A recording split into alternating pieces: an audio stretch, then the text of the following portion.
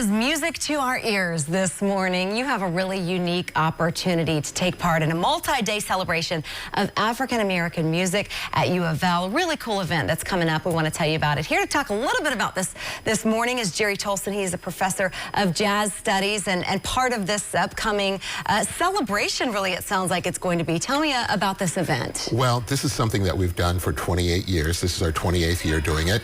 And this year we're focusing on African-American classical composers. And our guest artist is a composer from Louisiana by the name of Dr. Quincy Hilliard.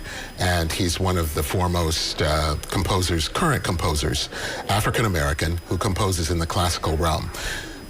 What we try to do with this event is expose our students and the community to a variety of different styles of African-American music, everything from gospel to jazz to spirituals to R&B to smooth jazz. We've had a number of artists over the years, but part of it is just to expose our students to a diversity of styles of music. And because African-American music is such an important part of American history, that's what we were trying to do. What do you think people don't realize about the African-American influence, especially when you talk about these classics that you guys are going to be focusing on? Well, I think many people don't realize that there are a number of very famous African-American classical composers.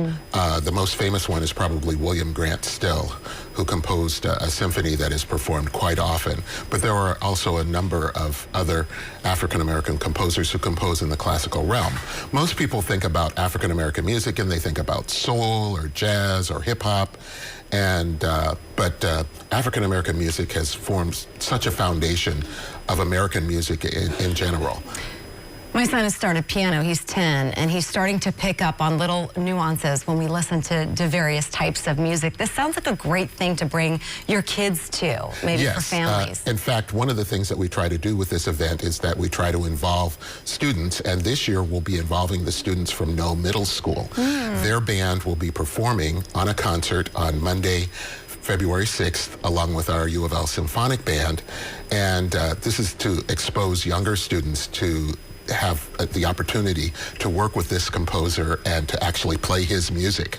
And so it's going to be a fun time. The concert is on Monday, February 6th at 7 p.m. And you mentioned this is a multi-day event. So this is going on February 2nd through the 6th. We've got the information up there. And specifically, where do people need to go if they want to go to some of these concerts and Everything will be held at the School of Music. Okay. Most of the events will be held in Comstock Concert Hall, but we'll be doing lectures. Dr. Hilliard will be doing lectures to some of the classes.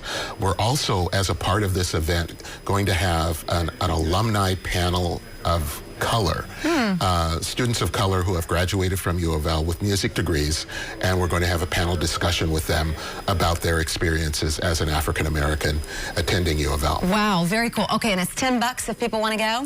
To the concert, yes. To the concert portion of it. Everything else is free. Everything else, that's a bargain. Yes. I love the word free. Awesome, Jerry. Well, thank you for being here. We appreciate it. And best of luck, 28 years and going strong, Going right? strong, I yes. love it. Very good. Thank you. All right, back to you.